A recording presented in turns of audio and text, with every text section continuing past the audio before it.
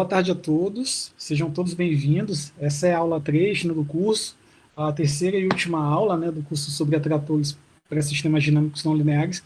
Antes de começar, eu queria registrar os meus agradecimentos a todos vocês pelo tempo que vocês me deram, por toda a atenção que vocês estão me dando para falar sobre esse tema que gosto muito. Então é isso, fica registrado os meus agradecimentos a toda a atenção que vocês estão me dando e ao feedback que eu estou recebendo. Isso tem me deixado muito contente, tá? Isso é animador, Tá bom. Ó, eu vou continuar usando os slides, para facilitar a nossa conversa. Apresentar. E aí eu queria começar fazendo o seguinte.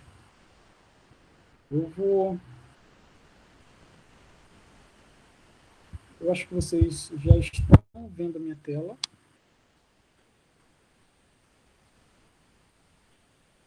Eu vou começar concluindo. Deixa eu voltar lá no. Acho que é solicitações. Tá. Bom, deixa eu aproveitar e copiar mais uma vez o link do formulário de presença. Aqui. Para a frequência. Vou voltar para o slide.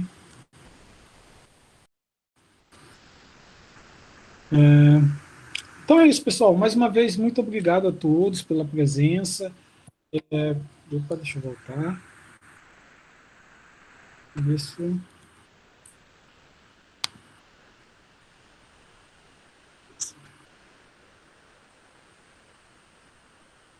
Bom, aqui tem o link, tá, do formulário de registro das frequências. Esse aqui de baixo.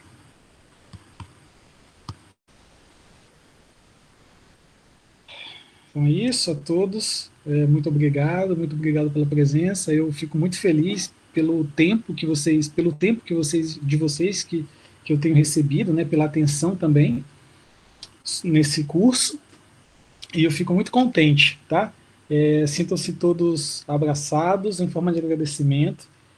Então, sigamos nessa terceira e última aula do curso. Eu vou começar concluindo uma grande observação que estou fazendo sobre a teoria de atratores, falando sobre atratores pullback, tá? Que é um conceito relativamente novo, que tem atraído muita gente, muitos dinamicistas nos últimos anos. Tá? E o legal é que a colaboração de brasileiros para a construção e avanço nessa área é significativa, então a gente se sente super confortável, atraído, falando sobre atratores pullback. Então vou falar um pouquinho mais, tá? Depois a gente retorna falando sobre atratores globais, ok? Então, bom, já comentei sobre essas coisas, sobre a definição. Eu acho que no final da nossa última conversa, da última aula, eu deixei alguns exemplos de processos de evolução. E aí o meu objetivo, nessa grande observação sobre atratores pullback, é pelo menos trazer o conceito de atrator pullback à tona, para que a gente saia do curso sabendo que, olha, num sentido não autônomo, há uma noção de atrator quando você pensa numa dinâmica pullback, e essa noção de atrator, por exemplo, pode ser a noção de atrator pullback. Então, deixa eu começar. Tá? A gente começou falando sobre o que seria invariante, uma coleção de conjuntos, O que seria uma coleção de conjuntos ser invariante com relação a um processo de evolução em um espaço métrico. Ok? Então a ideia é a seguinte: então, se você tem uma coleção de conjuntos indexados na reta, ok? A coleção ela é invariante com relação ao processo de evolução quando há essa igualdade para todos T e S com T maior ou igual a S. Tá? Quando a gente tem essa igualdade satisfeita, então a gente diz que essa coleção de conjuntos ela é invariante com relação ao processo de evolução S de TS. E aí, a ideia de solução global para um processo de evolução é essa. Você deve ter uma aplicação, tá? Uma aplicação a valores vetoriais de uma variável real, e ela deve satisfazer essa identidade para todos t maior ou igual a s, ok? Então, nesse caso, a gente diz que a aplicação que se é uma solução global do processo de evolução. Uma proposição a respeito dessa noção de invariância, né, a processos de evolução, é essa proposição 1, que ela basicamente ela caracteriza a noção de família invariante, tá? No sentido via soluções globais. Ela diz basicamente o seguinte: se você tiver um espaço métrico, um processo de evolução, tá? Sobre esse espaço métrico, uma família de conjuntos dependentes do tempo, uma família de A de T's, né, com T variando na reta, ela é invariante sobre a ação do processo de evolução, se e somente se, tá? Essa família consiste de uma coleção de soluções globais. Percebam que um resultado como esse, vocês devem lembrar, acontecia, né? Um resultado como esse nós temos no caso autônomo, no caso de semigrupos. Tá? Isso é muito legal. Então, já que a ideia da teoria Pubeck é você recuperar resultados da teoria de atratores globais. Então, um resultado que a gente recupera, né, entre aspas, é essa caracterização dos conjuntos invariantes, tá? E aí uma prova desse resultado é relativamente simples, porque a ideia é a seguinte: vou pensar, por exemplo, deixa eu voltar lá, porque eu acho que a colega está tentando entrar na sala. Beleza. Ó, vou compartilhar aqui novamente o formulário, a marcação da presença. Retorno aqui.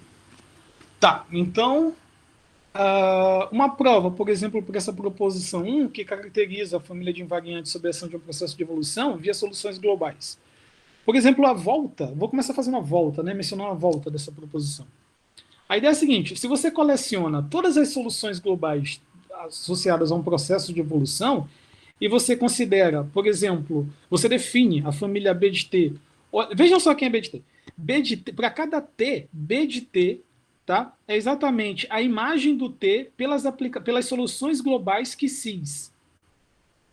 Ok? E aí, ou seja, eu estou olhando, é como se eu estivesse olhando, né, o traço, né, de soluções globais, e aí eu tenho aqui embaixo uma linha do tempo, eu escolho, eu olho, por exemplo, um certo instante de tempo, né, e vejo a coleção de estados no instante de tempo t, tá, gerados pelas soluções globais. Essa coleção de estados eu coleciono como sendo B de t. Se eu faço isso para todo T, o que a gente tem é exatamente essa família B de T's. Né? Okay? E aí o que a gente pode observar? Claro que se o traço, se o conjunto imagem de uma solução global é um conjunto.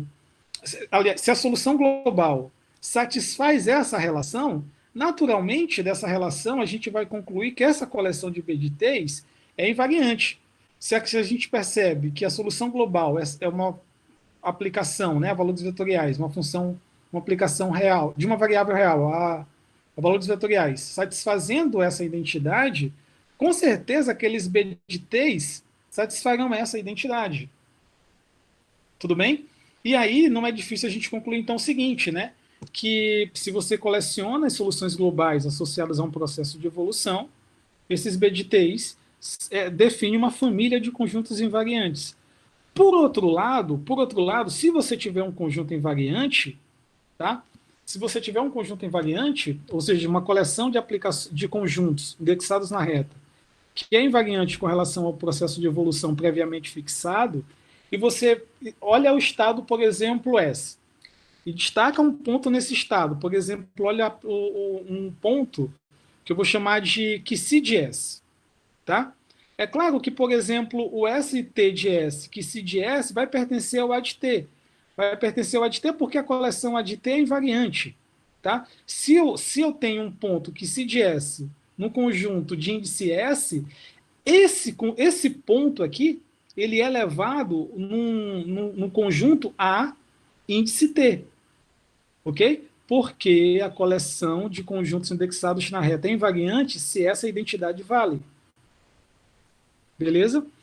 E aí eu percebo, então que essa aplicação que esse ponto está no ADT, pela coleção do ADT sem variantes, e como é que eu faço para concluir que, no final das contas, esse ADT é uma coleção de estados como esse? Tá? Como é que eu faço para perceber, então, que, no final das contas, quando eu declaro uma família de conjuntos invariantes com relação ao processo de evolução, essa família é tal que o A de T é um conjunto assim. É um B de T, onde B de T é a coleção de estados quando eu fixo o instante de tempo T. Se a gente perceber, então, já que eu quero perceber que um ponto ele é um estado, o que no final das contas me vem à mente é exatamente a prova que a gente fez no caso autônomo. Basta com que eu faça, por exemplo, basta com que eu prove basta com que eu construa, por exemplo, uma solução para trás, né?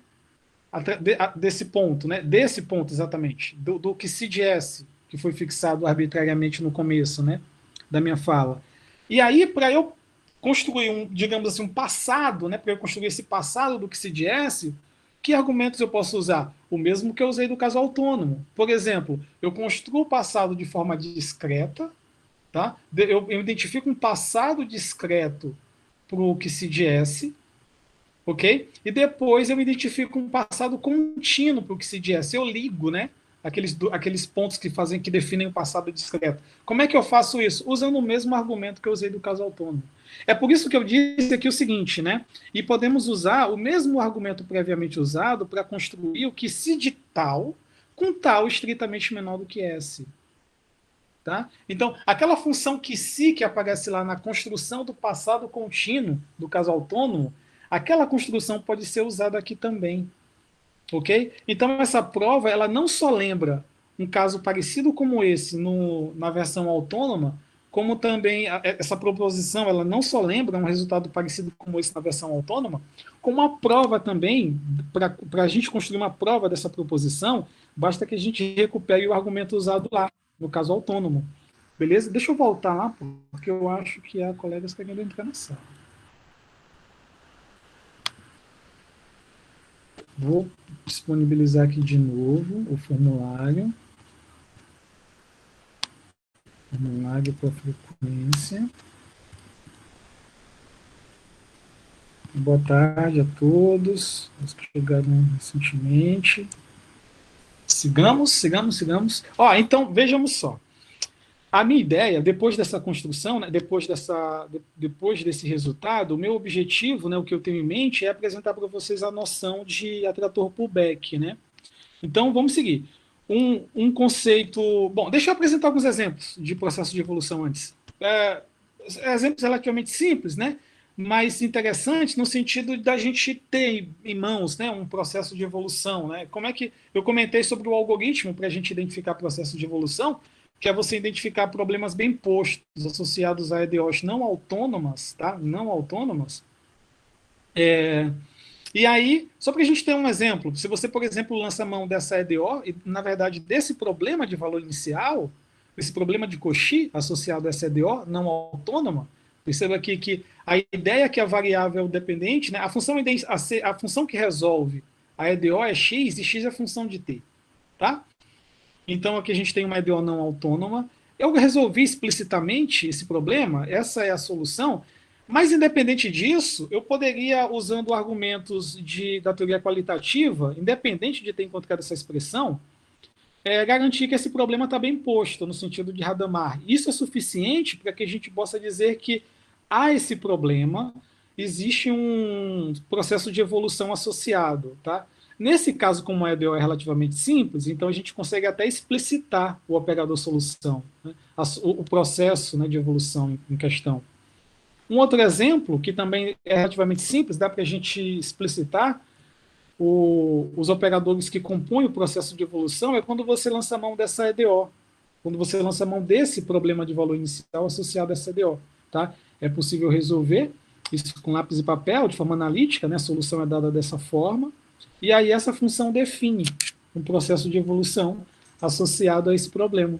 Tá? Lembrando que a gente não precisa disso para garantir que esse problema há um processo de evolução associado. Né? Se a gente usar a teoria qualitativa, a gente pode concluir que esse problema está bem posto, né, no sentido de Hadamard. Né? tá globalmente bem posta, né? A solução existe para qualquer T maior que S. Além disso, a gente tem dependência contínua, unicidade de soluções. Mas é só para dar um exemplo, de fato, olha, está aqui explícito, né, o processo de evolução associado a um problema como esse. Vou seguir. Ó, eu vou trazer um outro conceito aqui que é super importante. Vocês já devem estar é, familiarizados com a noção de atração, mas eu vou trazer a noção de atração aqui um pouquinho diferente, a noção de atração pullback. A noção de atração pullback é a seguinte, vejam como é curioso isso. Eu vou declarar um processo de evolução num espaço métrico, tá? E aí vou destacar 3 dados, um instante de tempo, e vou fixar, mas de forma arbitrária, tá? Fixos, mas sem premissas, né? Sem objeções. Então, tá fixado de forma arbitrária. E 2 subconjuntos do espaço de fases em questão, do espaço métrico X, um conjunto D e um conjunto K.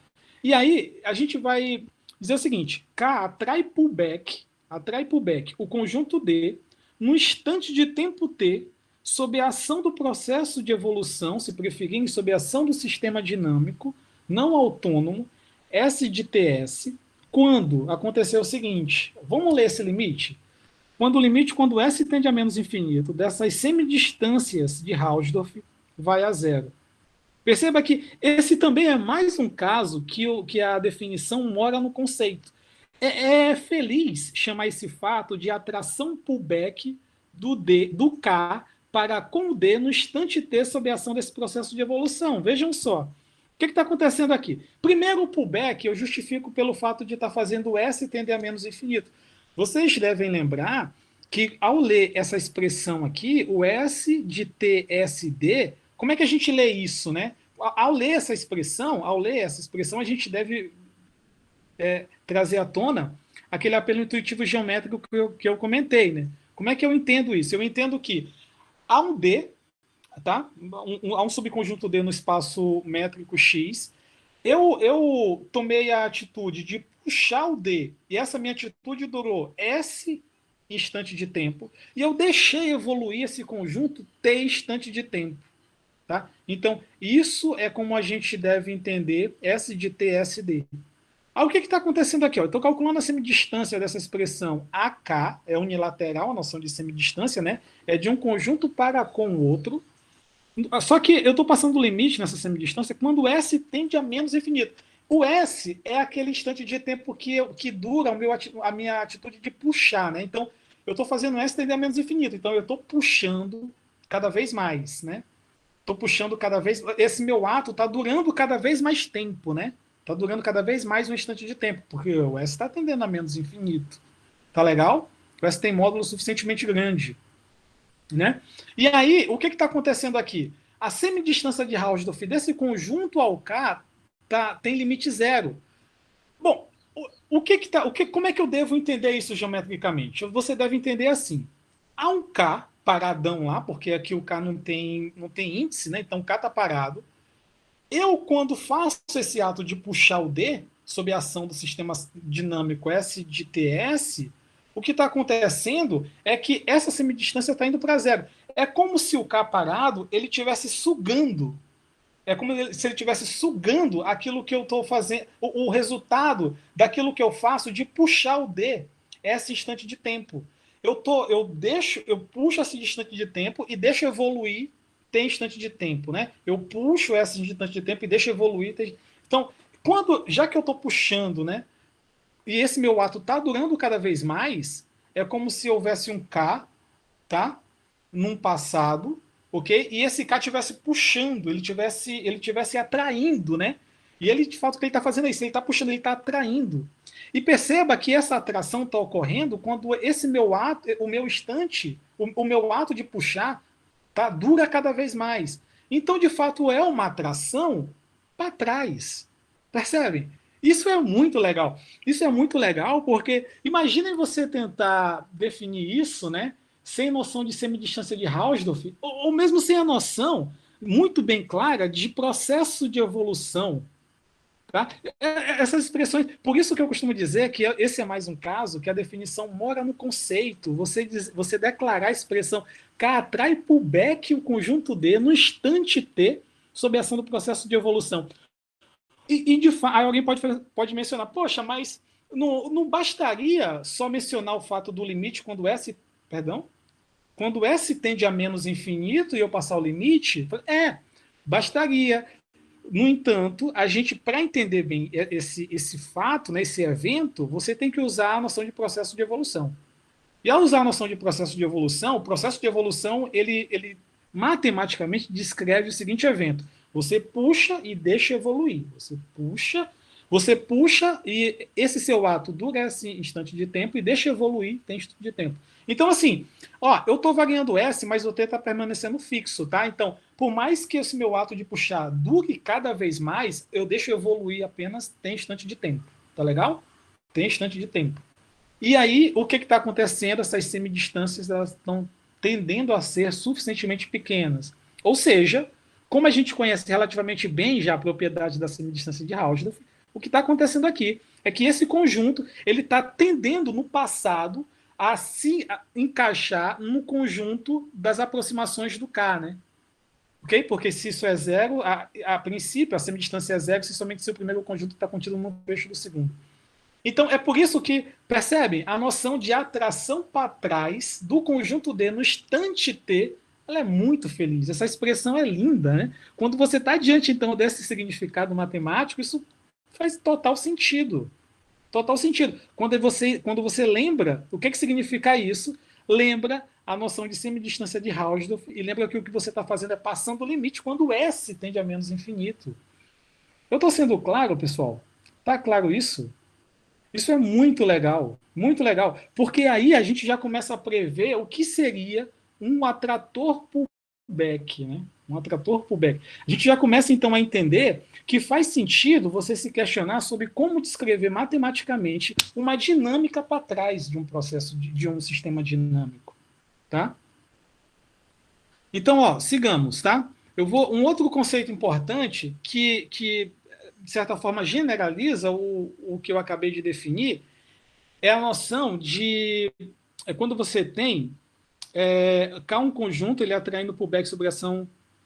Quando você tem, por exemplo, que o conjunto K, perdão, o conjunto, quando você tem uma família de conjunto K de T's, né, indexados na reta, atraindo pullback, tá, subconjuntos limitados. Alguém pode perguntar, mas como é que é isso? Como é que eu posso dizer que uma coleção de conjuntos indexados na reta, eu vou, para melhorar minha fala, né, para a gente visualizar minha fala, eu vou pensar assim, como é que eu digo que uma coleção de K de T's, T variando na reta, atrai pullback uma família de conjuntos A de T's limitados no instante de tempo T sob a ação do processo de evolução? Quando você volta aqui, e você pode muito bem pensar que esse K depende do T. Quando o K depende do T, e alguém pode falar, mas você falou que era a coleção de K de T's atraindo uma coleção de D de T's. Tudo bem, quando aqui há um D de S. Tá? Então eu vou dizer que uma coleção K de T atrai pullback uma coleção A de S, ou D de S, tá? No instante de tempo T, sob a ação do processo de evolução, quando você tiver esse limite, e aqui tiver K de T, e aqui D de S. Beleza? Então, assim a gente vai entender uma coleção de K de T's atraindo pullback uma coleção de A de T's. Certo? Sigamos. Por fim, eu vou trazer então o conceito que eu gostaria de apresentar a vocês, que é o conceito que isso é relativamente novo, né? Não tem muito tempo que o conceito de atrator pullback foi definitivamente formalizado, né, na teoria, e que tem atraído a atenção de muitos dinamicistas, né? O conceito de atrator pullback. Vejamos, né? Bom, a gente já pode se considerar familiares com o conceito de atrator global, né? Então a ideia aqui é tentar definir o que seria um atrator pullback, com base na noção de atração pullback, que a gente acabou de ver, que a gente acabou de entender. Então vamos lá. Eu vou dizer que uma coleção A de T's, tá? Para um processo de. É claro, eu estou, a princípio, prefixando um espaço métrico e um processo de evolução sobre esse espaço métrico. Beleza? Eu vou dizer que uma coleção de A de T's é um atrator pullback para o processo de evolução quando? Bom, eu quero reproduzir a noção de atrator global. Então, o que eu espero dos ADTs? Que eles sejam compactos, porque o atrator global é compacto. Eu quero trazer a teoria de atrator global, eu quero ver o que eu posso herdar, o que eu posso trazer da teoria de atrator global para definir uma teoria de atração pullback, né, de atratores pullback. Eu espero que, por exemplo, todos esses ADTs, esses frames, né, do atrator pullback sejam compactos, porque o atrator global é compacto. Outra coisa, o atrator global ele é invariante. Aqui, então, eu vou esperar, eu vou pedir, eu espero que a coleção de ADTs seja invariante. Tá legal? É claro, invariante no sentido da teoria de processos de evolução, certo? Que é aquela igualdade lá. O S de TS AS é igual ao A de T. Beleza? O frame A de S é levado pelo operador S de TS no A de T. Ok? A evolução do frame A de S, o resultado da evolução do frame A de S pelo operador S de TS é o frame A de T. Tá. Terceira hipótese é a atração. Né? Eu espero que os ADTs sejam capazes de atrair todos os limitados, tá? No sentido pullback, sob a ação do processo de evolução S de TS. Tudo bem? Então, eu devo pedir a compacidade dos frames, né, de cada seção do atrator pullback. Devo esperar que a coleção das seções, né, os ADTs sejam invariantes, que a coleção atraia pullback os limitados, porque atrator pullback atrai limitados, é um atraente, né? Aqui eu também espero que os atratores pullback atraiam, no sentido pullback os limitados. No entanto, vai surgir uma condiçãozinha a mais, porque é a seguinte, quando a gente estava lá na teoria de atratores globais, vocês devem lembrar, um dos primeiros resultados que eu provei, aliás, a rigor foi o primeiro resultado que eu provei sobre atratores pullback, é que sobre atrator global, é que se um atrator global para um semigrupo existe, esse objeto é único. Lembram disso? Pessoal, o meu ritmo tá bom? Eu estou falando devagar, lento, tá? Tudo bem aí? Posso seguir? Alguém pode me dar um feedback aí se está tudo bem? Tudo em paz, professor. Maravilha. Então, sigamos. E aí, se vocês lembrarem, o primeiro resultado que eu provei sobre atratores globais para semigrupos é se um atrator global existe, ele é único. Tá? É de se esperar que se você quer construir uma teoria de atratores pullback, que se você tem a existência de um atrator pullback, que esse objeto seja único. No entanto, por causa da invariância, tá? Por causa dessa noção de invariância, se eu só peço essas três primeiras propriedades, no caso da teoria de processos de evolução, a gente não tem unicidade. A gente não tem unicidade de uma coleção. Você pode ter duas coleções diferentes de ADTs que acumulem essas três primeiras propriedades. Como eu espero unicidade, eu espero reproduzir os resultados da teoria de trator global para tratores pullback, então eu vou corrigir essa questão da falta da unicidade pedindo uma propriedade 4. Tá? Então, em suma, que é essa seguinte, que é o fato da família dos ADTs, né, ser minimal no sentido de conjuntos fechados com a propriedade 3. Então, ser uma família minimal no sentido de conjuntos fechados que atrai pullback os limitados do espaço. Aí cabe uma pergunta, né? Cabe uma indagação, que é a seguinte: por que exatamente essa propriedade? Essa propriedade, se vocês lembrarem, pelo seguinte fato, porque quando eu lembro da teoria de atratores globais, um atrator global satisfaz isso. Um atrator global ele é o menor fechado atraente da dinâmica em questão. Quando você tem um semigrupo em questão, você prova a existência de um atrator global, o menor fechado que atrai todos os limitados do espaço é o atrator global. Então eu vou escolher essa minimalidade para pedir também por uma coleção de ADTs para que eu possa olhar o ADT e decretar, olha, isso eu vou chamar de atrator pullback. Tá? E aí, claro, é minimal nesse sentido, né? Cada ADT é um conjunto fechado com a propriedade 3, com a propriedade da atração pullback de limitados do espaço. Beleza? Eu trouxe um exemplo, isso é curioso, tá? Eu trouxe um exemplo para comentar um pouco mais sobre isso. Que é o seguinte, ó.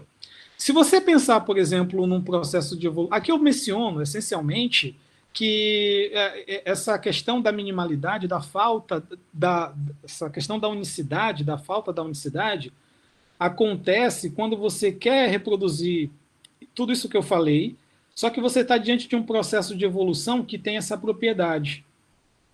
Tá? E aí, deixa eu ser um pouco mais preciso aqui e ler o final desse meu comentário, que é o seguinte. Imaginem que você tem um processo de evolução onde o S de TS é um processo de evolução na reta. É um exemplo. O processo de evolução, o X aqui, o espaço métrico, é a reta com a noção com a função modular, né? Que é uma métrica lá. Então, isso é o espaço métrico em questão. E aí, o processo de evolução é o processo S de TS dado por essa expressão aqui, ó. Ok? Vou deixar como exercício, isso define um processo de evolução, tá?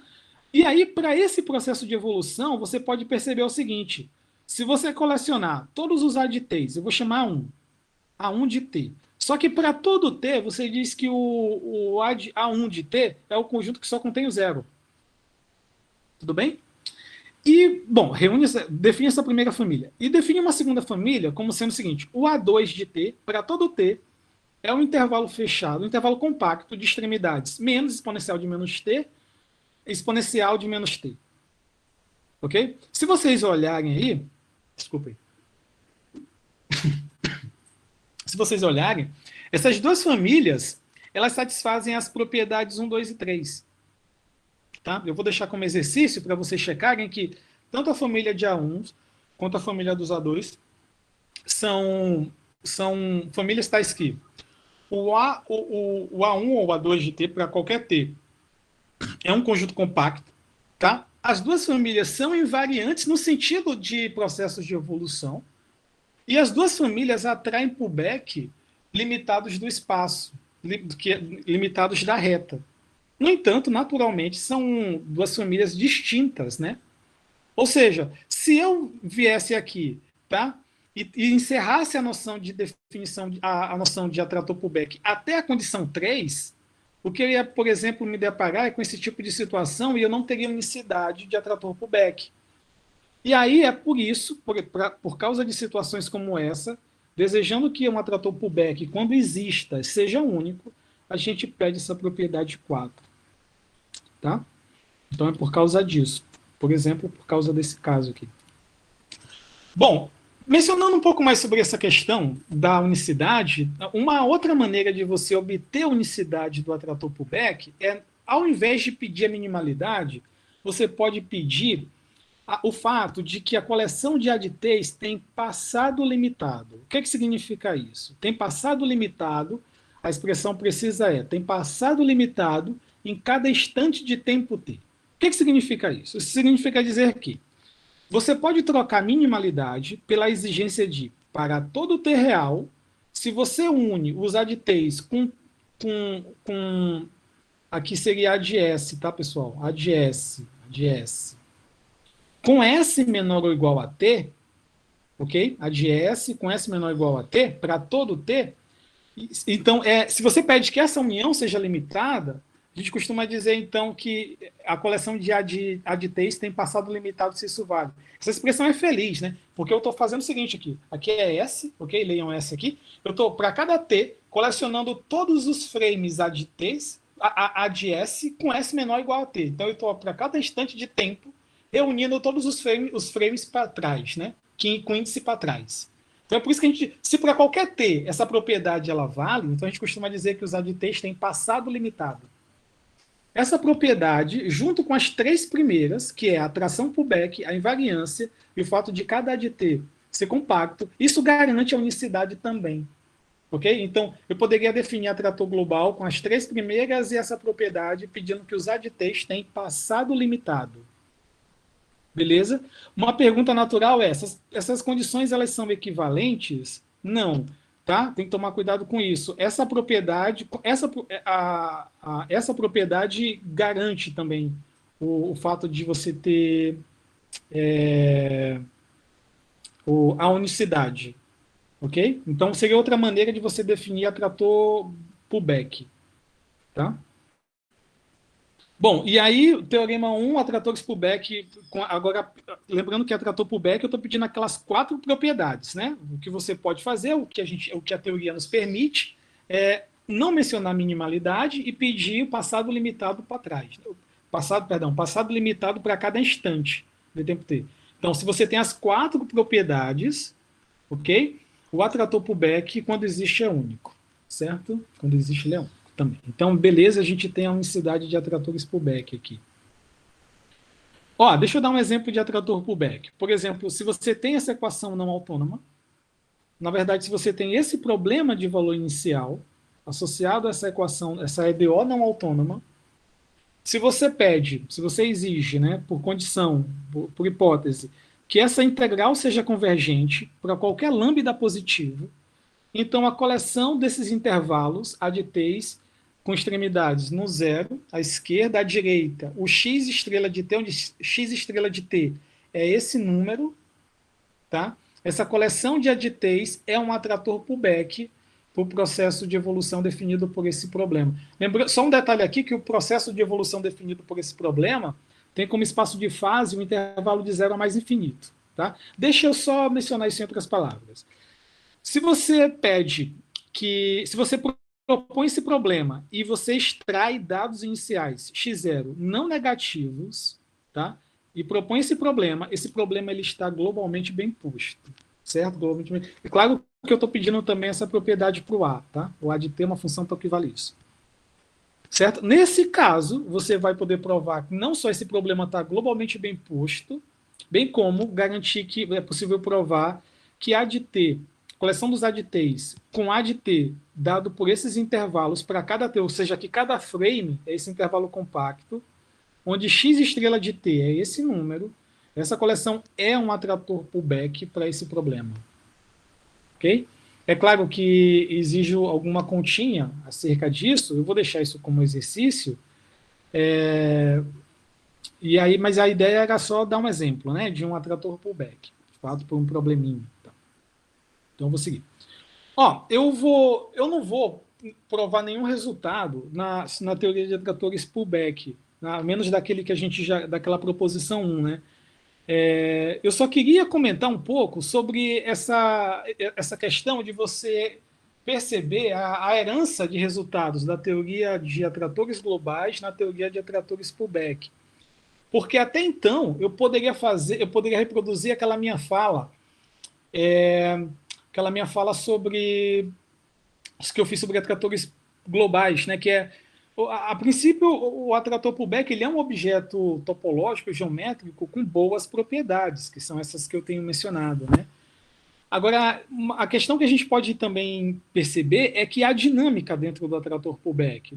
Eu chamei a atenção para esse fato, por exemplo, quando provei que o atrator global, e a gente provou isso, o atrator global, ele é a união, na verdade, ele é composto, né, de soluções globais ilimitadas do semigrupo. Um resultado como esse a gente pode ter para atratores Pullback. Tá? Só que como a noção aqui de atrator é unilateral, né, no sentido Pullback, então a gente vai ter um resultado como esse, mas eu não espero que as soluções que definam o atrator Pullback sejam globalmente definidas. Okay? É de se esperar que se eu estou definindo um atrator com uma noção de atração para trás, né, essa noção Pullback, tá? Então é de se esperar que um resultado que caracteriza, né, que caracteriza o que há dentro do atrator como estados do sistema dinâmico sejam definidos por soluções globais ilimitadas, aqui a ideia vai ser, pelo menos, que seja limitada para trás. Tá? Então, eu preciso definir esse tipo de solução que tem esse tipo de propriedade. É por isso que surge o conceito de...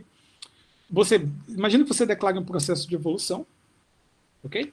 E aí, eu vou dizer que uma solução do processo de evolução em questão é backward bounded, né, que seria limitada para trás, né, ela é backward bounded, no sentido seguinte, no sentido que para cada instante de tempo t, eu percebo que o conjunto, que o trecho do conjunto imagem até esse instante é limitado. Que é isso que eu estou pedindo aqui, ó. Ela é limitada para trás, né, numa tradução literal, se existe tal, ok? Tal que os que se de t's com t menor ou igual a tal é um conjunto limitado. Então ela é backward bounded nesse sentido, né, que há um instante de tempo tal que os estados, tá, associados a instantes de tempo até aquele tal, define um conjunto limitado. Então, ela é para trás limitada, né? Tudo bem? Ela é para trás limitada. E aí, diante desse fato, nós temos esse resultado aqui. Ó. Se você tem um processo de evolução que tem um atrator pullback, ok? Então é possível mostrar o seguinte, que cada frame do atrator pullback ele é constituído de estados, ou seja, essas QCs aqui eu não mencionei, mas QCs, tá aqui, são estados de soluções que são limitadas para trás, né? Então, cada frame, para cada T, o frame indexado em T, ele é constituído, tá, de um estado, de uma solução que é limitada para trás. Então, nesse sentido, o que eu estou mostrando é que, assim, olha, eu estou chegando perto de um resultado, tá? Eu estou chegando perto da herança do seguinte resultado, que a gente tinha lá para o atrator global. Se eu tenho um atrator global, ele é constituído de soluções globais limitadas, ok? Aqui eu já estou mostrando que, pelo menos, se um processo de evolução tem atrator global, é o que o teorema diz, né? Não estou mostrando, mas é o que o teorema diz, a proposição, seria a proposição 2 aqui, diz, é que cada frame do atrator, para todo instante, é constituído de estados de soluções que são para trás limitadas. Mas alguém pode perguntar o seguinte, pô, mas no atrator global, se você tem um atrator global, ele é constituído de soluções globais limitadas, né? Aqui você não tem a... Como é que é o resultado? Né? Você não tem, por exemplo, uma caracterização de fato, que aqui o resultado tá em um sentido, né? Está unilateral. Cada A de T ele é constituído de objetos assim, né? De estados assim. Para a gente obter de fato a caracterização, você deve ter essa propriedade, que seria o teorema 1, né? Se você tem um atrator pullback por um processo de evolução, o ADT é exatamente, tá, a coleção de estados de uma solução para trás limitada, desde que você peça o seguinte, que o atrator pullback tenha passado limitado. Ok? Então esse teorema é o teorema que traz, é o teorema, digamos assim, né, é a versão pullback daquela caracterização de atratores globais. Percebem? E aqui entra o fator importante, que é o passado limitado, né? O passado limitado em cada instante. Porque alguém pode mencionar, pô, mas se atrator pullback tem as 4 primeiras propriedades. Mas eu chamo a atenção para o fato de que a última propriedade é pedir a minimalidade de ser fechado, no sentido de ser a pullback atraente, ok? No sentido de atrair para trás os limitados do espaço. Aqui, para que eu tenha de fato essa caracterização, como acontece no caso autônomo, para cada frame do atrator global, você tem que ter passado limitado para todo instante. Tá? Então, assim, é esse tipo, digamos assim, de correção, entre aspas, que eventualmente acontece na teoria de atratores pullback. Okay? A teoria de atratores pullback é um mundo, né? Ela vasta, está em constante crescimento, né? Constante aperfeiçoamento. O meu objetivo era apenas dar uma ideia da noção de atratores pullback em meio a essa minha fala sobre atratores globais, tá? Então, o que eu vou fazer? Eu vou considerar aqui concluída essa minha grande observação sobre atratores pullback, beleza? E vou voltar ao caso autônomo. Eu vou voltar à teoria de atratores globais, que era o meu objetivo inicial, o meu objetivo nesse curso, beleza? Então, aqui eu encerro essa minha grande observação sobre a dinâmica pullback, tá? Isso é só para deixar vocês aí com gosto, para continuar investigando, lendo, procurando mais informações sobre esse tipo de dinâmica que acontece em processos de evolução, esse tipo de dinâmica que surge na teoria de sistemas dinâmicos não autônomos, ok? E aí eu vou voltar acerca do caso autônomo, tá? Da teoria de semigrupos. Então, aqui as referências que eu sugiro continuam sendo as mesmas. Sobre atratores pullback, precisamente, eu acho que o melhor é consultar a primeira, tá? O livro do Carvalho, do Lang e do Robinson. E é isso. Bom, então eu vou encerrar aqui essa sessão. E vou para a sessão, vou aproveitar a pausa para saber de vocês. Está tudo bem, pessoal? Eu posso continuar?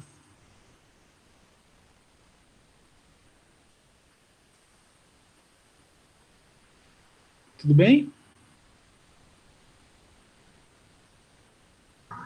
Por mim, Pode tudo ser. certo, pode continuar.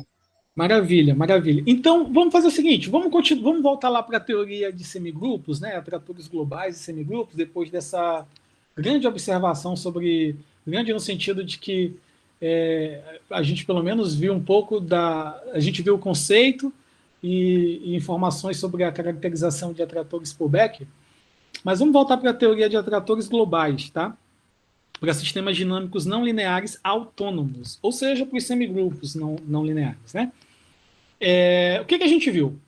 Bom, nós vimos, depois da definição, resultados, aliás, que mencionava que trazia condições necessárias e suficientes, né, para que um semigrupo tenha atrator global. A gente viu um exemplo também. Aliás, nós vimos alguns exemplos, mas um especificamente a gente até fez contas em cima dele, que foi o sistema de Lorentz.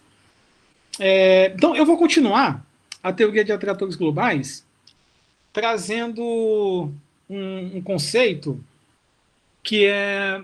Bom, eu vou entrar agora num ramo, precisamente, da teoria, que é a ideia de descrição interna, tá? De atratores globais para semigrupos, ok? Particularmente, eu gosto muito desse tema que eu vou apresentar hoje, porque isso está associado a semigrupos gradientes, daqui a pouco a gente vai entender o que é um semigrupo gradiente, que é exatamente o tema dos estudos que a gente vem fazendo aí nesses últimos anos. Então, ó, vamos lá. Definição nova, hein? Definição nova. Momento legal, definição nova.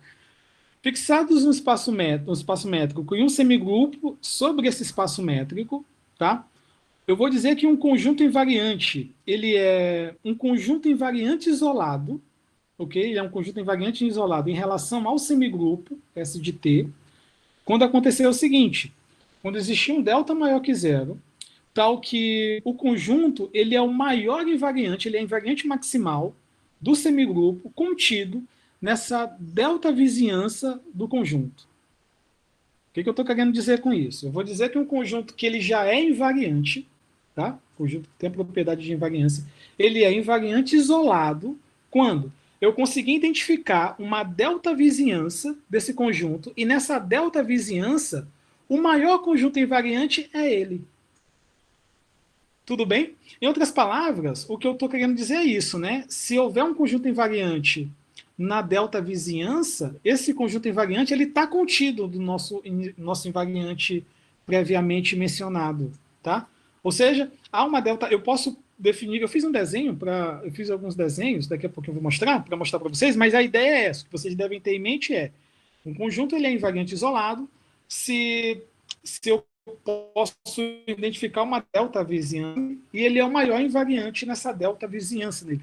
Só lembrando que delta vizinhança de conjuntos é a reunião de todas as bolas centradas em pontos do conjunto de raio delta. Okay? Isso vai produzir o conjunto mais um pequeno excesso, né, em torno do conjunto, mais uma gordurinha ali em torno do conjunto, tá? Esse conjunto, naturalmente, ele é maior, né, ele é mais gordinho em relação ao conjunto invariante previamente mencionado. Tá? Outra definição importante também é a seguinte, né? Eu vou usar o conceito família finita disjunta de conjuntos invariantes isolados, quando, naturalmente, quando os conjuntos que constituem a família finita forem conjuntos invariantes isolados, tá? E forem uma família finita. Agora, o fato de ser disjunto aqui, pessoal, é no sentido de que as deltas vizinhanças são disjuntas. Ok? Então, deixa eu ler a rigor aqui o que eu escrevi. Uma família finita de conjuntos invariantes, tá? É dita família finita de conjuntos, família finita disjunta de conjuntos invariantes isolados quando cada um de seus elementos é um conjunto invariante e existe um epsilon, de maneira que as épsilons vizinhanças de dois quaisquer desses conjuntos, tá, distintos, são disjuntas. Ok? Então, ratificando, uma família finita de conjuntos invariantes isolados bom, eles são invariantes isolados, tá? E existe um delta, um epsilon, tal que a epsilon vizinhança desses conjuntos são 2 a 2 distintas, né? De conjuntos distintos, ok? E aí, a ideia é essencialmente essa, né? Acho que essa figura ilustra melhor. A ideia é que você tenha, por exemplo, uma família finita de junta de invariantes isolados. Imagina que você tem 3 conjuntos, o E caligráfico I, o E caligráfico J e o E caligráfico K. Tá? Esse excessozinho aqui é porque eu estou tentando ilustrar aqui já uma epsilon vizinhança do I. Tá? E se vocês olharem, tem o mesmo tamanho aqui, porque eu estou mencionando uma epsilon vizinhança do EJ, uma epsilon vizinhança do EK. As epsilons vizinhanças são 2 a 2 disjuntas. Então, por exemplo, isso ilustraria uma família finita de junta de conjuntos invariantes isolados de 3 conjuntos invariantes. Tudo bem? Ok? Então, vamos guardar esse conceito, tá? E essa definição. E aí, uma outra definição, um outro conceito que merece também destaque, não há novidade aqui, mas merece destaque o conceito, que é o conceito de solução estacionária de um semigrupo. Eu vou dizer que uma aplicação ela é uma solução estacionária do semigrupo quando essa aplicação ela for uma aplicação constante, quando ela for a aplicação constante, só que ela deve ser constante igual ao ponto de equilíbrio, igual a um ponto de equilíbrio do semigrupo. Tudo bem, gente? E aí, alguém poderia falar, poxa, mas você precisaria falar que é igual a um ponto de equilíbrio? Não, não precisaria, não. Se você pensou isso, você tem toda a razão. Se essa é a pergunta, é verdade, não precisaria. Porque uma aplicação constante, tá? Ela só é uma solução do semigrupo se ela for constante igual a um equilíbrio, né? Se vocês lembrarem da definição de solução global para um semigrupo, aplicações constantes, elas só podem ser promovidas à solução do semigrupo se ela for constante igual a um equilíbrio. Esse tipo de aplicação, de solução global, a gente vai chamar de solução estacionária. Tá? É aquela solução de que, olha, o que se do zero é um ponto de equilíbrio. E o que se do zero é um ponto de equilíbrio, e o que se de qualquer t é aquele mesmo equilíbrio. Né? Lembrando que um equilíbrio para um semigrupo é um ponto que é ponto fixo do S de t para qualquer t. Tá? Então vamos guardar também esse conceito. E aí eu trago um conceito extremamente importante na teoria, que é o conceito de semigrupo gradiente generalizado e o conceito de função de Lyapunov. Vocês devem ter ouvido, talvez em algum momento, falar na expressão função de Lyapunov. Eis a definição de função de Lyapunov, né, que é um objeto extremamente importante em dinâmica. Deixa eu precisar aqui para vocês. Então, fixem um espaço métrico, tá? E tem um papel importante, eu vou tentar deixar claro aqui para vocês esses conceitos. Fixa um espaço métrico, tá? E aí, nesse espaço métrico, considera um semigrupo. Bom, considera também uma família de conjuntos finitas de juntas de invariantes isolados limitados. Tudo bem, gente? Considera aí uma família finita de conjuntos invariantes isolados limitados. E aí, bom, o semigrupo já tem associado a ele uma família finita como essa. Eu vou dizer que o semigrupo ele é gradiente generalizado com respeito a essa família finita de... A expressão toda é essa mesmo, é grande mesmo. Eu vou dizer que o semigrupo ele é gradiente generalizado com respeito à família de finita disjunta de conjuntos invariantes isolados, tá? O conceito tem todo esse tamanho mesmo. Quando existir o seguinte, que propriedade? Deve acontecer o seguinte, deve existir quando existir uma função, tá? Uma função real de variável vetorial, ok?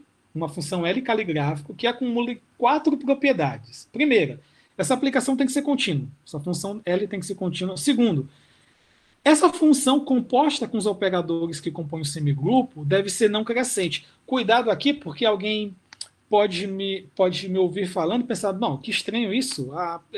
Faz sentido isso? Faz sentido, porque eu estou compondo aqui a aplicação com semigrupo, tá?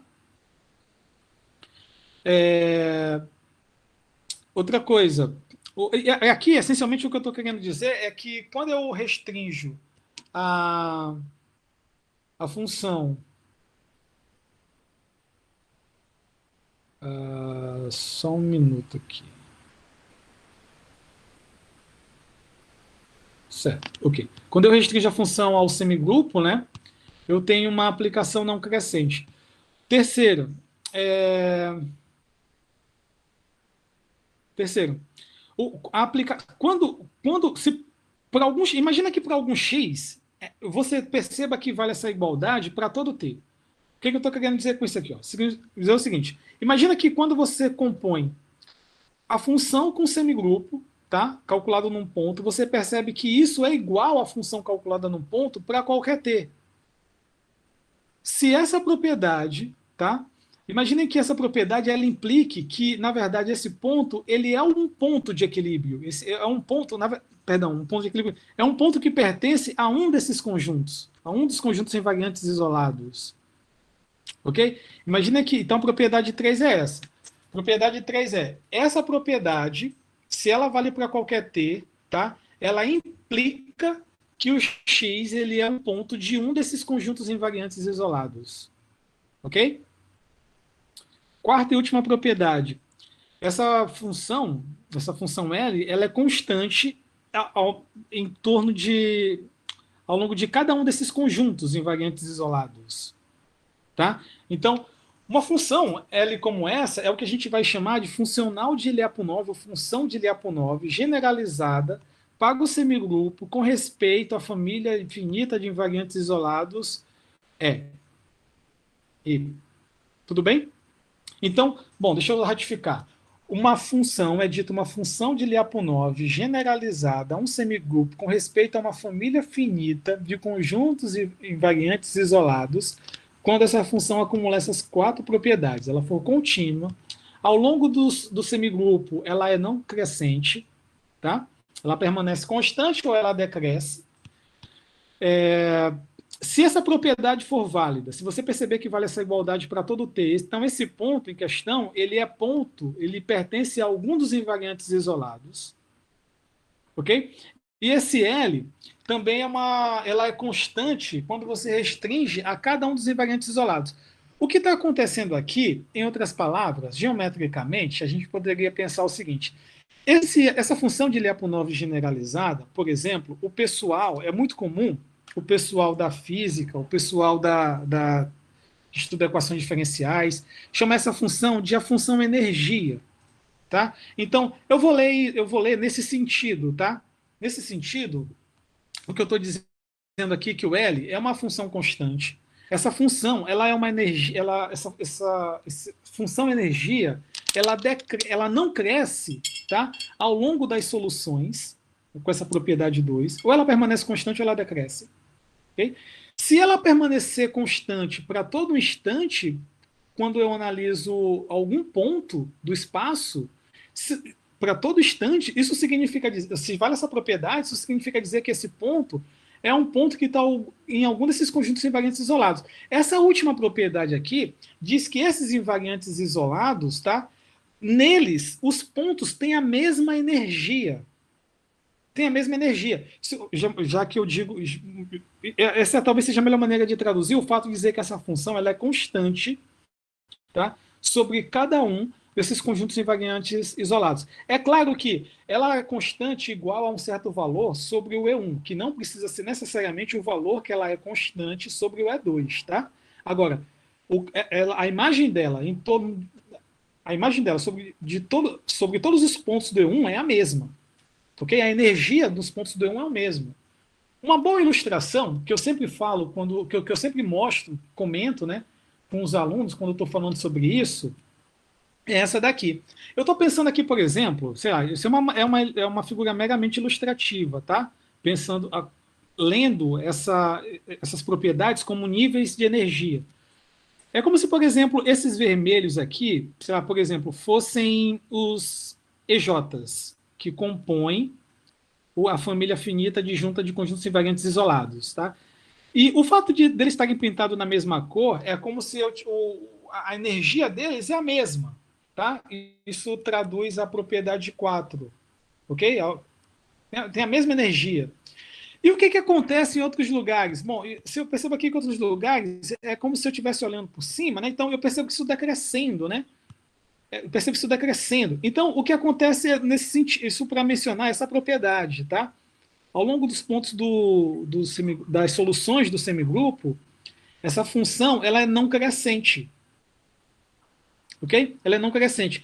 E se eu percebo que vale essa igualdade para qualquer t, então esse ponto ele pertence a um desses conjuntos. É como se eu tivesse, olha, se eu percebo que, por exemplo, para qualquer t, é por isso que eu adoro essa imagem para falar sobre isso, porque eu tenho aqui conjuntos distintos, né, mas pintados da mesma cor, tá? Embora eles estejam em lugares diferentes, mas essa mesma cor, nesse meu apelo intuitivo, né, geométrico, para pensar que tem a mesma energia, tá? Então, o que pode acontecer é que conjuntos diferentes, né, eles podem ter a mesma energia, tá? Bom, então é uma boa maneira da gente ter de como a gente pode ter um apelo intuitivo geométrico para pensar sobre função de Lyapunov com relação a um semigrupo. Tudo bem? Bom, uma pergunta também natural a ser feita é a seguinte: por que a expressão semigrupo gradiente generalizado com respeito a uma família finita de junta de invariantes isolados, se existe um L com essa propriedade? Por que o adjetivo gradiente? Porque o protótipo de um semigrupo que tem uma propriedade como essa é, por exemplo, o semigrupo associado a esse problema. Veja que o lado direito é definido por um gradiente, né, pelo operador gradiente. Então, se você considerar, por exemplo, deixa eu dar um exemplo de um semigrupo que é gradiente. Né? Se você considerar um N natural, uma função C2 do RNR com essa propriedade, tá? Com essa limitação por gradiente da F, é possível provar que ao longo de todo ponto sobre todo ponto do RN, okay, há um semigrupo associado a esse problema. Esse problema está bem posto no sentido de Hadamard. Okay? E essa funçãozinha f aqui tem a propriedade daquela aplicação L. Okay? Eu não fiz essa conta, eu só vou deixar como exercício para vocês checarem, mas é um exemplo de um semigrupo gradiente, um semigrupo associado a esse problema, e a função de Lyapunov em questão, por esse semigrupo, uma função de Lyapunov generalizada com respeito a uma família finita de invariantes isolados, é essa função f que aparece aqui. Tá? Bom, acerca de curiosidades, né? Cabe também ressaltar, fazer a seguinte observação. Alguém pode falar, poxa, eu já ouvi a expressão semigrupo ou sistema dinâmico gradiente, mas não lembro da expressão gradiente generalizado. Por que você está definindo gradiente com adjetivo generalizado aqui? Porque a gente costuma fazer a seguinte convenção, pessoal. Vejam só. Essa família finita de conjuntos invariantes isolados, ela pode ser constituída simplesmente de conjuntos unitários. Cada um conjunto desse aqui pode ser um conjunto unitário. Por exemplo, pode ser exatamente constituído dos pontos de equilíbrio do semigrupo. Então, eu poderia muito bem fazer o seguinte, declarar um semigrupo, colecionar os equilíbrios dele, e considerar o conjunto unitário, e nesse conjunto só contém um equilíbrio. No conjunto A2 contém o equilíbrio que eu vou chamar que eu vou indexar por 2. O conjunto N só contém um equilíbrio, é o equilíbrio que eu indexei por N. Tá? Se vocês olharem, essa coleção de conjuntos unitários é uma família finita de conjuntos invariantes isolados. É claro que, por exemplo, se os pontos de equilíbrio são diferentes, tá? Eu olho a menor distância entre cada um deles, pego metade dessa distância e uso para definir um raio, tá? E cobrir esses equilíbrios com uma bolinha. Então eu consigo aquelas vizinhanças, aquelas épsilons vizinhanças que são disjuntas 2 a 2, né? Então eu consigo, por exemplo, dar um exemplo de uma família finita de conjuntos invariantes isolados, quando eu, por exemplo, simplesmente considero a família mais simples, finita de conjuntos invariantes isolados. É a família em que os invariantes isolados são os conjuntos unitários que só contêm os equilíbrios do semigrupo. Beleza? E quando eu tenho um semigrupo gradiente generalizado com respeito a essa família finita, tá? A gente costuma dizer que o semigrupo ele é meramente gradiente. Você não precisa mencionar gradiente generalizado. A gente gente pode até pensar o seguinte, a família de invariantes isolados que eu defini, talvez seja a família mais simples de invariantes isolados que você possa definir. Então, talvez seja a família de invariantes isolados trivial. Qual é a família de invariantes isolados trivial para um semigrupo? A família que só contém conjuntos unitários e os pontos lá nos conjuntos unitários são os equilíbrios. Estão me acompanhando? E aí, com isso, se eu tenho um semigrupo que é gradiente generalizado com respeito a essa família de invariantes isolados finita, disjunta, trivial, eu não preciso mais mencionar gradiente generalizado, é só gradiente. Então, é por isso que comumente a gente escuta a expressão sistema dinâmico gradiente, semigrupo gradiente, porque é gradiente generalizado com respeito a essa família trivial. Beleza? Então, por exemplo, esse semigrupo, ele é um semigrupo gradiente. Se eu coleciono, por exemplo, os equilíbrios desse semigrupo, eu consigo mostrar, por exemplo, que esse F é uma função de Lyapunov com respeito, generalizada com respeito a essa família, tá? Ou seja, é uma função de Lyapunov. Não preciso mais mencionar o fato de ser gradiente. Beleza? Sigamos. Deixa eu dar um outro exemplo, talvez não tão trivial, né, de semigrupo gradiente. O nosso familiar sistema de Lorentz. Se eu pegar o sistema de Lorentz, tá, é possível provar que essa aplicação aqui, L, no R3, é uma função de Lyapunov para o sistema de Lorentz. Uma pergunta natural é a seguinte, né? Uma pergunta natural que também convém para o caso passado. Como é que eu identifico uma função de Lyapunov diante de um problema, por um semigrupo que provém de um problema de valor inicial como esse, ou como esse, tá? A ideia é a seguinte, por exemplo, como foi que eu identifiquei que F? Que conta eu fiz? Que conta eu estou deixando como exercício para vocês fazerem? Como é que você identifica que F é uma função de Lyapunov? Faça o seguinte, ó, o algoritmo que geralmente, né, a gente consegue compilar, que geralmente dá certo na obtenção de funcionais de Lyapunov, é o seguinte, pega a equação, por exemplo, é uma EDO de primeira ordem, né, multiplica ela por x. Você multiplica por x para os dois lados, tá? E desenvolve os dois lados, você vai encontrar uma função que satisfaz essa condição. A função que satisfaz a condição 2, se você não pode deixar de ter em mente a condição 2. A função que satisfaz a condição 2, geralmente ela nos dá bons candidatos a funcionar de Lyapunov. Obviamente, porque a condição 2 tem que ser válida, né, para ser funcional de Lyapunov. Então, a sugestão que eu daria é, tenha em mente a condição 2. Tenha em mente a condição 2 se você quer identificar funcionais de Lyapunov por um semigrupo que provém de um problema de valor inicial associado a uma equação diferencial. Por exemplo, pensando nisso, na condição 2, eu multipliquei aqui os dois lados por x, tá? Organizei aqui e organizei aqui, e aí eu vou terminar percebendo que, de fato, f é uma função que tem essa propriedade. F é uma função que acumula essas 4 propriedades, tá? Associada ao conjunto de equilíbrios, supondo que f tem uma quantidade finita de equilíbrios, né? Que esse semigrupo tem uma quantidade finita de equilíbrios. Então, essa conta dá esse resultado, tá? Pergunta que é a mesma, né? Que convém mencionar aqui. Como é que você encontra que essa aplicação, tá, é uma função de Lyapunov para o sistema de Lorentz? Eu fiz a mesmíssima conta. Peguei essa primeira equação aqui, tá, é uma EDO de primeira ordem, né?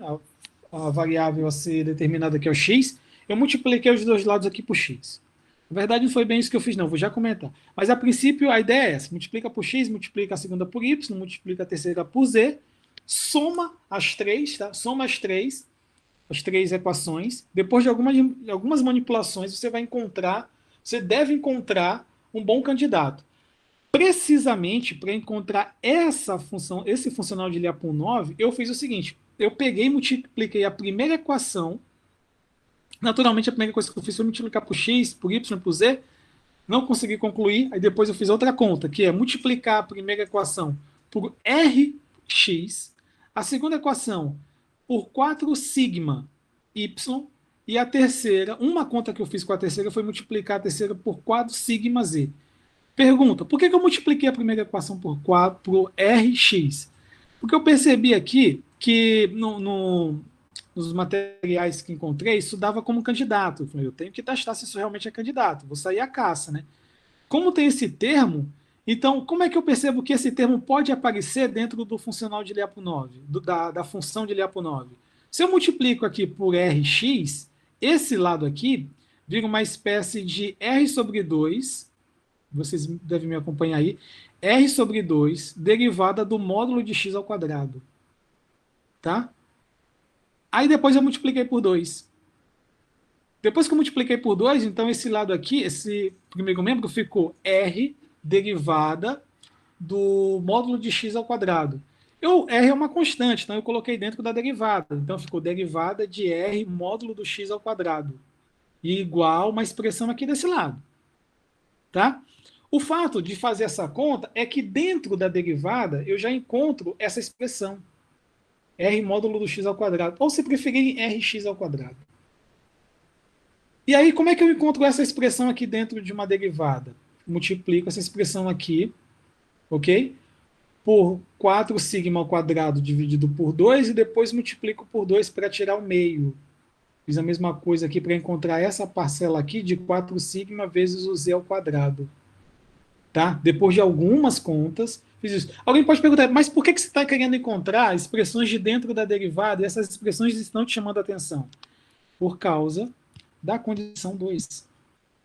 Porque a condição 2 diz que eu tenho que encontrar uma função que, quando eu componho com a solução do semigrupo, ela é não decrescente. Ou seja, tem que ter derivada menor ou igual a zero, pelo teste da derivada primeira.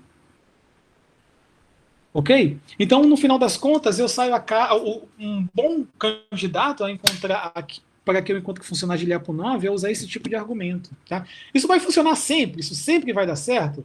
Não, naturalmente não, mas é um bom candidato, é uma boa maneira de você encontrar funcionais de Lyapunov, tá? Em geral, isso funciona. Em geral, funciona. E é legal falar sobre isso para vocês aqui, porque é aquele tipo de conta que a gente vê quase todo mundo reproduzindo dos artigos, né? E não é muito comum o pessoal contar como foi feita. E o que está por trás, em geral, é esse tipo de conta. Tá? Ó, eu vou seguir. Deixa eu apresentar um outro conceito extremamente importante, que é a noção de estrutura homoclínica, que é o que eu quero mencionar a respeito da estrutura interna de dentro do atrator. Tá? Então, a ideia é a seguinte, ó. Imagina que você tem um semigrupo, tá, num espaço métrico, e aí esse semigrupo ele tem um atrator global, imagina que ele já tem um atrator global, e há uma família finita disjunta de conjuntos invariantes isolados. Beleza? Eu vou dizer que dentro do atrator existe uma estrutura homoclínica, que há uma estrutura homoclínica dentro do atrator, que eu já estou supondo que estou lançando mão de um semigrupo que tem atrator. Quando aconteceu o seguinte, quando existia um subconjunto dentro dessa coleção, um subconjunto dessa coleção, ok?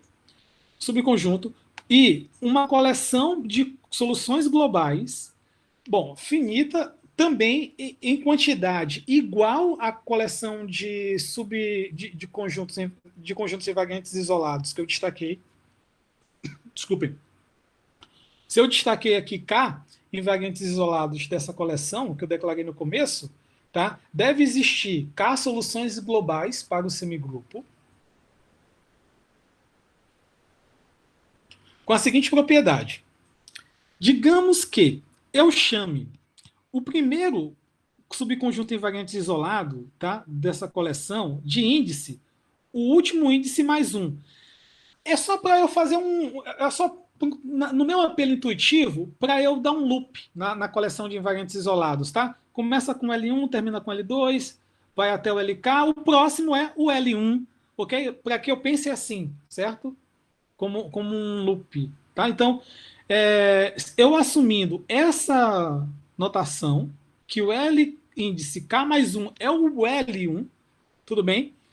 Eu vou dizer que dentro do atrator global há uma estrutura homoclínica quando duas propriedades ocorrerem. Atentem para essas duas propriedades, vejam só. Primeiro, deve existir para cada J, tá, um índice, um instante de tempo, tal que o que se JTJ é um estado que não está nem dentro do invariante desse índice, do mesmo índice, ok? Isso da subcoleção, certo? Não tá dentro do invariante de mesmo índice, como ele também não está, esse estado, dentro do invariante de índice seguinte. Beleza? Então, com perdão com liberdade poética, digamos assim, que em relação a esses dois invariantes, esse estado esteja no limbo, né? Ele não está nem nesse invariante em relação a esses dois, certo? Em relação ao invariante que tem o mesmo índice e o invariante de índice seguinte, ele não está em nenhum dos dois, ele está no limbo. E aí, vamos assumir outra condição. Vamos assumir a seguinte condição. Qual é a relação que há entre as soluções globais e os invariantes que eu destaquei nessa subcoleção? A relação é a seguinte, vejam só. A solução global, ela nasce de um invariante, tá? E termina, para não falar morrer, né? Então ela nasce de um invariante e termina em outro invariante. Mas que relação é essa? Eu escolhi índices de tal forma que sejam assim. Ela nasce num invariante da subcoleção que tem o mesmo índice, ou seja, por que eu estou dizendo que ela nasce? Porque eu estou dizendo o seguinte, ó, se eu passar o limite quando t tende a menos infinito dessa métrica, aqui, pessoal, percebam aqui que é métrica de ponto a conjunto, tá? Lá no sentido dos espaços métricos, né, que é o ínfimo sobre esse conjunto, certo? É ponto a conjunto, a distância de ponto a conjunto. Então, eu estou dizendo que o limite dessas distâncias é zero, quando o t tende a menos infinito. Então, a solução global de índice J nasce no invariante isolado LJ. E ela termina no invariante isolado de índice mais 1. Ó, quando o t tende a mais infinito, tá legal? O limite aqui também é distância de ponto a conjunto, tá? É ao ínfimo sobre esse conjunto. O limite é zero. Então, a solução global ela tem que ter a conexão entre essas soluções globais, esses invariantes, é isso, né? Ela vem de um invariante isolado e deságua em outro. Ela nasce em um e deságua em outro. Tá? E esse um e outro que eu estou mencionando é com a relação que há entre a solução global nasce do invariante de mesmo índice e deságua no invariante e termina no invariante de índice seguinte. Isso é ótimo para fazer desenho. Vocês devem estar pedindo um desenho depois dessa definição, né? Como eu comentei na primeira aula, eu sempre comento quando eu estou falando nas palestras e nas aulas sobre semigrupos, né? Esses conceitos de dinâmica pedem, né, essas ilustrações. Embora o apelo intuitivo da gente ajude muito, né? E pede também, né? E deixa mais aguçado o nosso apelo intuitivo geométrico. Mas eu também fiz um desenho. Ó, o que está tracejado maior aqui é o local do espaço que a gente está olhando as coisas acontecendo, que é o atrator global. Tá? Tudo isso está acontecendo dentro do atrator global. Aí eu estou destacando uma estrutura, eu estou tentando descrever uma estrutura homoclínica dentro do atrator relativo a essa família finita de invariantes isolados, de junta. Tá? Que tem 3 invariantes isolados, o E1, o E2 e o E3. O E1 está aqui, ó. A primeira condição diz que deve existir para cada J, um TJ, tal que o estado de nome, o estado que é dado pela expressão que se J, TJ, ele fica no limbo em relação ao invariante de mesmo índice e o invariante de índice seguinte. Ou seja, se deve existir um T1, tá? Tal que o que se desse T1 ele não está no E1 e nem está no E2. Tá? Então ele está no limbo aqui em relação ao E1 e o E2. Mas alguém pode perguntar, mas por que você fez a ilustração exatamente assim? E aí, essa tracejada aqui, tá? Eu estou tentando ilustrar aqui o traço, né? O conjunto imagem do Xi1, tá? E por que eu estou desenhando exatamente no traço? Porque ele é o Xi1 de um instante, ok? E por que dessa forma, apontando para E2? Por causa da condição 2. A condição 2 diz que o Xi1 ele nasce no EL1, tá? Quando o t tende a menos infinito. Então, ele vem do EL1. Ele vem, então, nesse caso aqui só tem 3, né? Então, eu só usei um índice. Então, o Xi1 vem do E1 e ele deságua no índice, no invariante isolado do subconjunto, da subfamília, né? De índice seguinte. Quando o t tende a mais infinito, o limite dessas métricas é zero. Então é por isso que ele deságua no E2. Tá? Com relação ao E2 e o E3, e aí o argumento é o mesmo, né? Para cada J deve acontecer isso, ou seja, deve haver um estado que está no limbo em relação ao EL2, para três conjuntos, ao E2 e ao E3. Então, deve haver um instante, tá? Que eu vou chamar de T2, tá? Que o QC2 ele não está no E2 nem está no E3. Mas a solução global QC2 ela tem que ser de tal forma que ela tem que nascer no E2 e tem que desaguar, terminar no E3, tá? Então, por isso que apontando para 3. E aí, com relação ao E3 e ao E1, aí alguém pode perguntar, mas do E3 ao E1? Porque lembram que eu fixei essa terminologia, né? Que o de L seguinte, se você fixou aqui K em variantes isolados, o EL K mais 1 é o L1, tá? Então, a minha relação entre esse deve ser para com o primeiro. Tudo bem? Eu tenho que pensar nesse ciclo, né? Por isso a expressão homoclínica, né? Para fazer alusão a esse loop, né? E aí, com relação a o primeiro, o último e o primeiro, né? Deve haver, mesma propriedade, o E1, então deve haver um instante que eu vou chamar de T3, né? E a imagem dele, pelo que se 3 não está no E3, nem está no E1, não está no índice no invariante do mesmo índice, nem no índice seguinte. E a QC3, ela nasce no E3 e deságua no E1, no índice seguinte. Tudo bem? Então, quando isso acontece, a gente diz que nós estamos diante de uma estrutura homoclínica dentro do atrator global. Beleza? Ó, sigamos, tá? Então, essa é a estrutura homoclínica. Alguém pode sentir... Outra coisa, hein? Chama atenção para o fato de que estudar, identificar estruturas homoclínicas, né? Ou provar a não existência de estruturas homoclínicas é uma linha de é uma vertente na pesquisa em dinâmica, né? É uma linha de pesquisa. Se alguém se sentiu atraído com esse conceito e quiser visualizar um pouco mais, né? Uma boa maneira de checar essas coisas é dar uma olhada na noção de órbitas homoclínicas.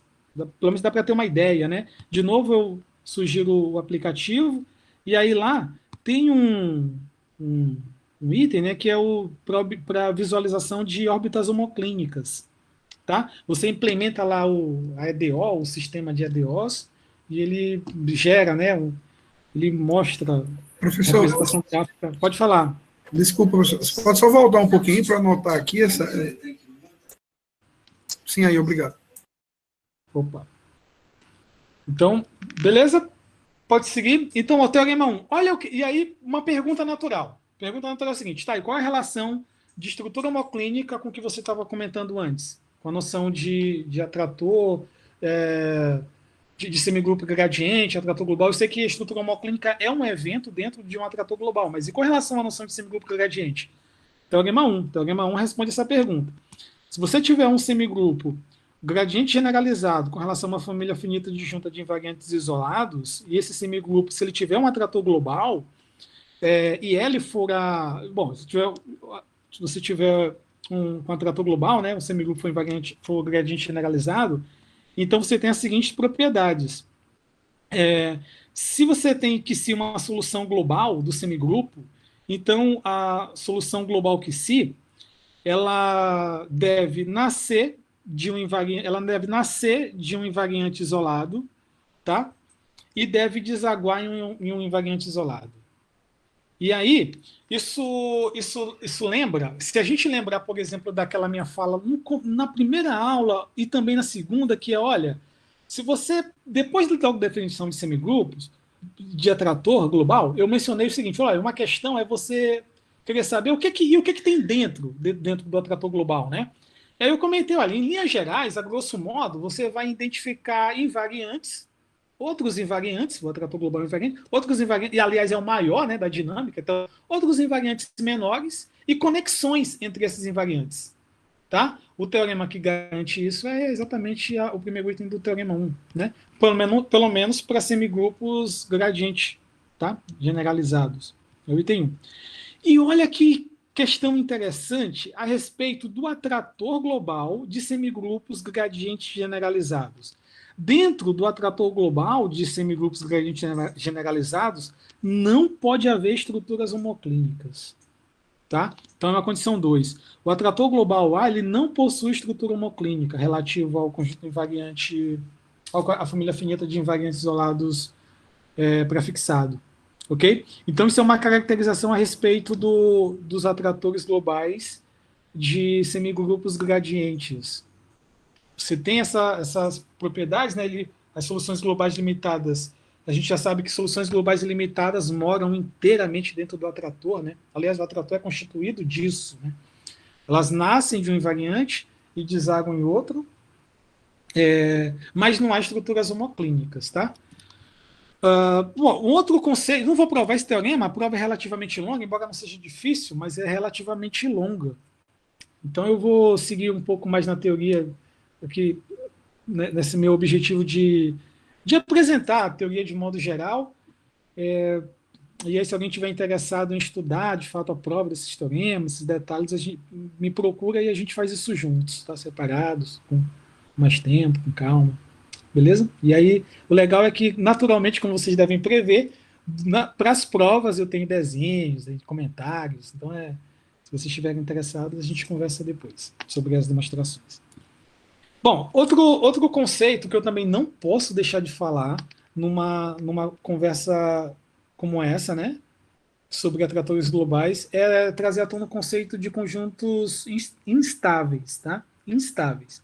Então, se você tem um semigrupo e um conjunto invariante, naturalmente com relação ao semigrupo prefixado, a gente diz que um conjunto ele é o conjunto instável, tá? Com relação a esse conjunto invariante que você prefixou, e a gente costuma denotar dessa forma, esse conjunto também é chamado da variedade instável. Tá? É comum também se referir a esse conjunto como uma variedade instável. Como sendo a coleção de todos os pontos do espaço para os quais existe uma solução global que começa neles. Né?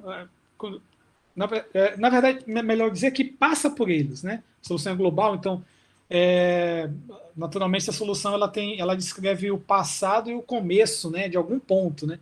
E o ponto é exatamente o ponto em questão. Então, um ponto ele pertence ao conjunto instável, ok? De um conjunto invariante, se existe uma solução global com essa propriedade.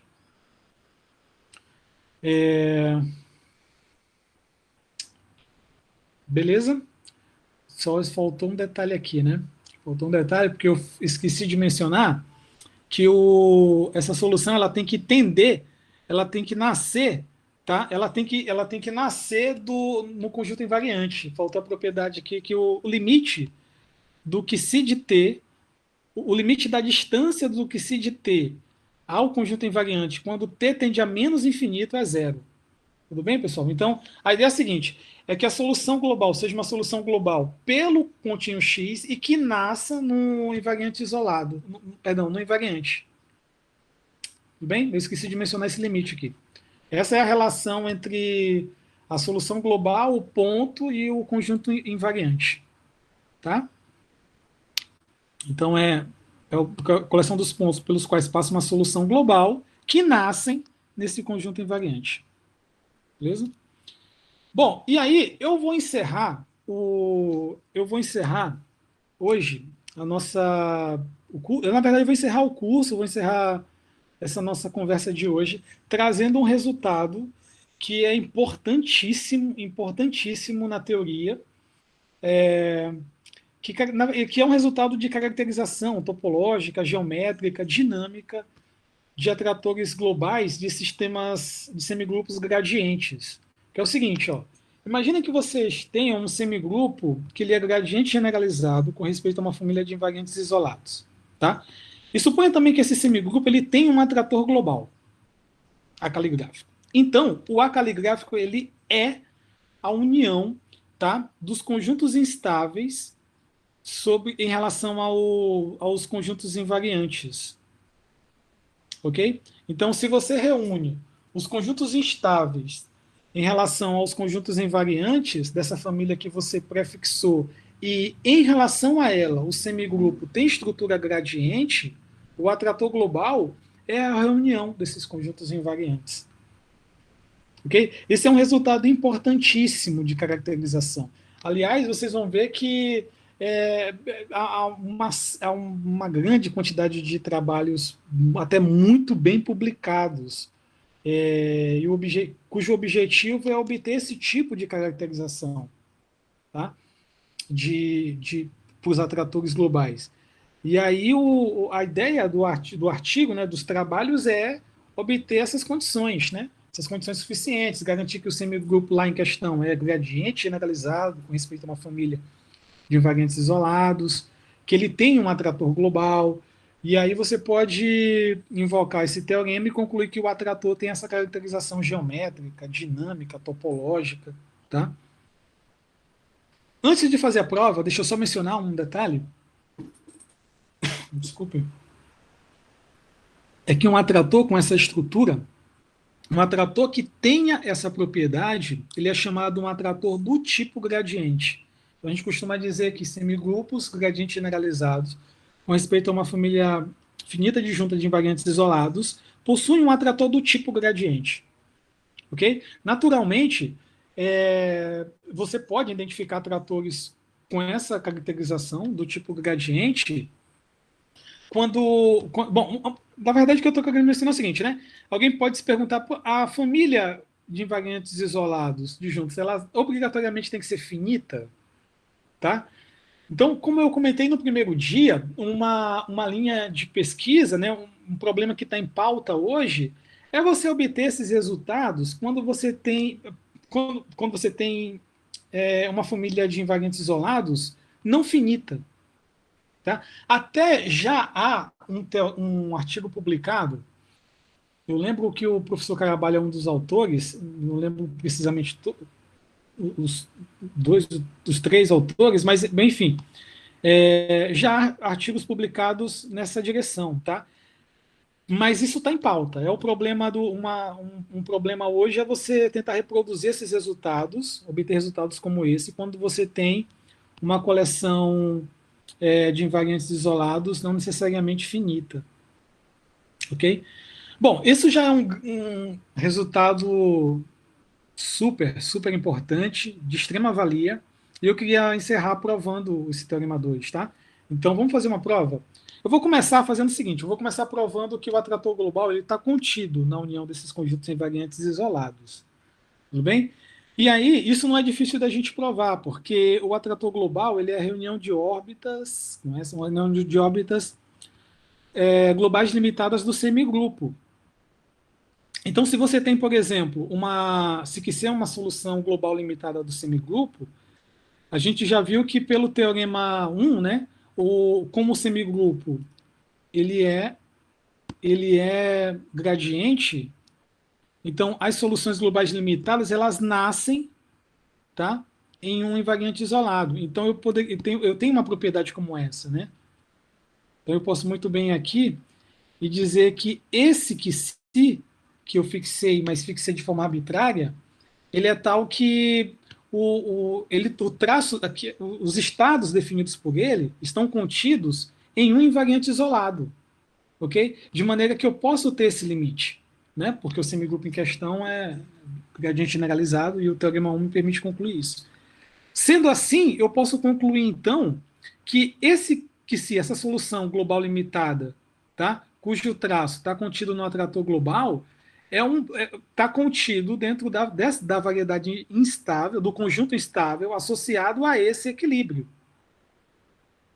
Ok? Então, no final das contas, eu posso concluir que os estados definidos pelo QC estão contidos nesse conjunto instável para qualquer T. Então, se eu pego um pontinho que está dentro do atrator global, esse pontinho, ele é deixa eu voltar aqui, ele é o QC do zero, tá? Ele é o QC do zero de alguma solução global limitada. Se eu reproduzo esse argumento, esse pontinho, então terminar concluindo que ele está na variedade instável, né? Associado a esse equilíbrio que está associado a essa solução global. Ok? Então, isso basicamente prova essa primeira inclusão. Tá? Para encerrar, a outra inclusão é a seguinte: eu vou mostrar que a união dos conjuntos instáveis está contida no atrator global. Então, vamos lá. Vou pegar um ponto que está nessa união. Então, esse ponto ele está no conjunto estável de um dos invariantes isolados da classe E, né, da classe E. E como que se...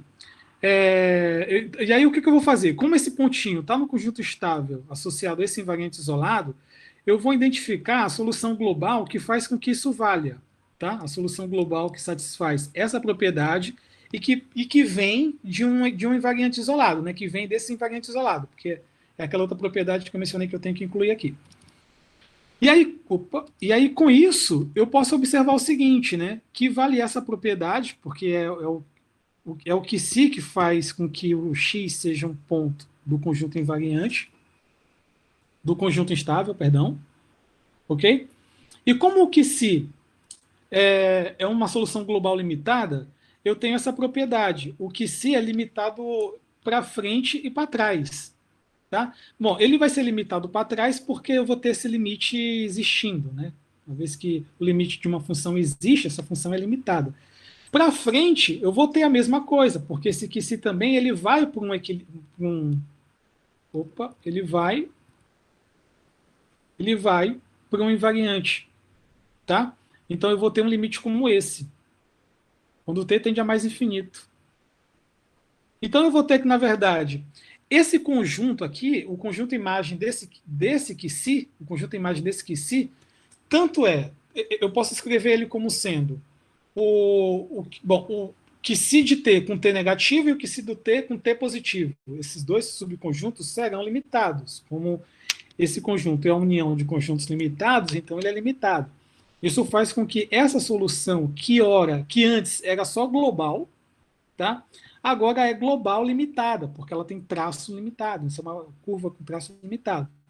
Se é uma solução global limitada, pela caracterização dos atratores globais, então esse traço está todo contido no atrator global. Tá? E o que se do zero é exatamente o pontinho x. Né? O x é um estado através do que se, que é o que se do zero. Em particular, o x está no A, está no atrator global. E aí, com isso, a gente vai ter a outra inclusão. Tá? Então, com isso, a gente prova esse teorema, né? Que tem uma prova relativamente simples, só que é um teorema extremamente poderoso, que caracteriza geometricamente, topologicamente e num sentido dinâmico, os atratores globais de semigrupos gradientes. Então, só para ratificar, atratores com essa caracterização são chamados de atratores do tipo gradiente. É uma expressão comumente encontrada por aí. Né? Então é isso, pessoal. Bom, com isso eu encerro o curso. Tá? Mais uma vez, relembro aqui as minhas 3 principais referências. Ao longo da minha fala, eu eventualmente usei... Só queria deixar registrado que ao longo da minha fala eu eventualmente usei resultados que eu extraí de artigos, de livros, mas é isso, as referências básicas são essas 3 aí. Eu acho que essas são as referências para começar, né? Para cair de cabeça aí na teoria, mergulhar nesses assuntos. Bom, com isso, eu agradeço a atenção de todos, registro aqui os meus agradecimentos pelo tempo de vocês, que vocês me deram, né, pela atenção, pelos comentários muito calorosos e felizes que eu tenho recebido aí por e-mail, pelo chat. E eu vou voltar aqui para a tela para ficar disponível para conversar com vocês, tirar dúvidas,